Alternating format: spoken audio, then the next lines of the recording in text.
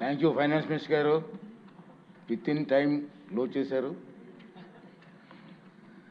అందరికీ మనమండి 2 minutes. ఈరోజు ఈ బడ్జెట్ గురించి మీరంతా విన్నారు. ఇక్కడ ఎక్కువ మంది కొత్త సభ్యులు ఉన్నారు కాబట్టి 2 సూచనలు ఏంటంటే, దీని మీద మీ అందరికీ పూర్తిగా అవగాహన రావాలి. ఈ కష్టకాలంలో నేను చాలా బడ్జెట్లు చూసాం, చాలామంది సీనియర్ నాయకులు ఉన్నారు, చాలా బడ్జెట్లు చూసాం. ఈ కష్టకాలంలో చంద్రబాబు నాయుడు గారు, పవన్ కళ్యాణ్ గారు ఇద్దరు కలిసి నాయకత్వంలో ఒక మంచి బడ్జెట్ని ప్రవేశపెట్టారు. ఎందుకంటే కష్టకాలంలో మిగతా రోజులు వేరు, నష్టపోయిన రాష్ట్రంలో ఈ బడ్జెట్ గురించి ప్రతి ఒక్కరికి కూడా పూర్తి అవగాహన కావాలి. ఇక 2 రోజులు టైం ఉంది మనకి. రేపు ఎల్లుండి కూడా సెలవు ఇస్తున్నాం. మళ్ళీ మండే వస్తాం మనం.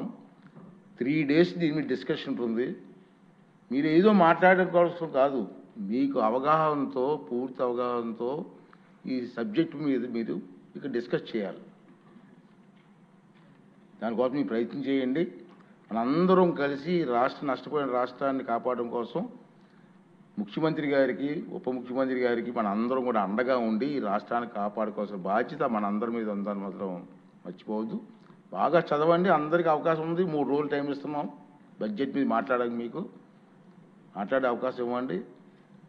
గంటల కొద్ది ఉపన్యాసం కాదు, తక్కువ టైంలో ఎక్కువగా అర్థం వచ్చేలా మాట్లాడండి. అందరికీ అవకాశం వస్తుంది కాబట్టి అది మనం చేయాలని. తర్వాత మీకు ఈ బడ్జెట్ తాలూకు పత్రాలన్నీ కూడా పెన్ డ్రైవ్లో కూడా ఏర్పాటు చేస్తాం, మీకు సప్లై చేసి ఉంటారు. పెన్ డ్రైవ్ కూడా మనం.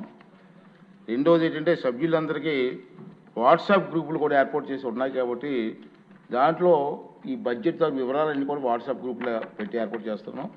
మీరు ఈ 2 days హాలిడేస్లో క్షుణ్ణంగా చదివి, నేను కూడా ఇది చదవడం కాదు, అసెంబ్లీలో మాట్లాడడం కాదు, అసెంబ్లీ అయిన తర్వాత బయట కూడా మీ కాన్స్టిట్యున్సీల్లో సరళమైన భాష ప్రజలకు అర్థమయ్యే విధంగా ఈ బడ్జెట్ గురించి మీరు చెప్పవలసిన బాధ్యత మనందరి మీద ఉందని చెప్పి కూడా ఈ సందర్భంలో మీకు మనం చేస్తున్నానండి.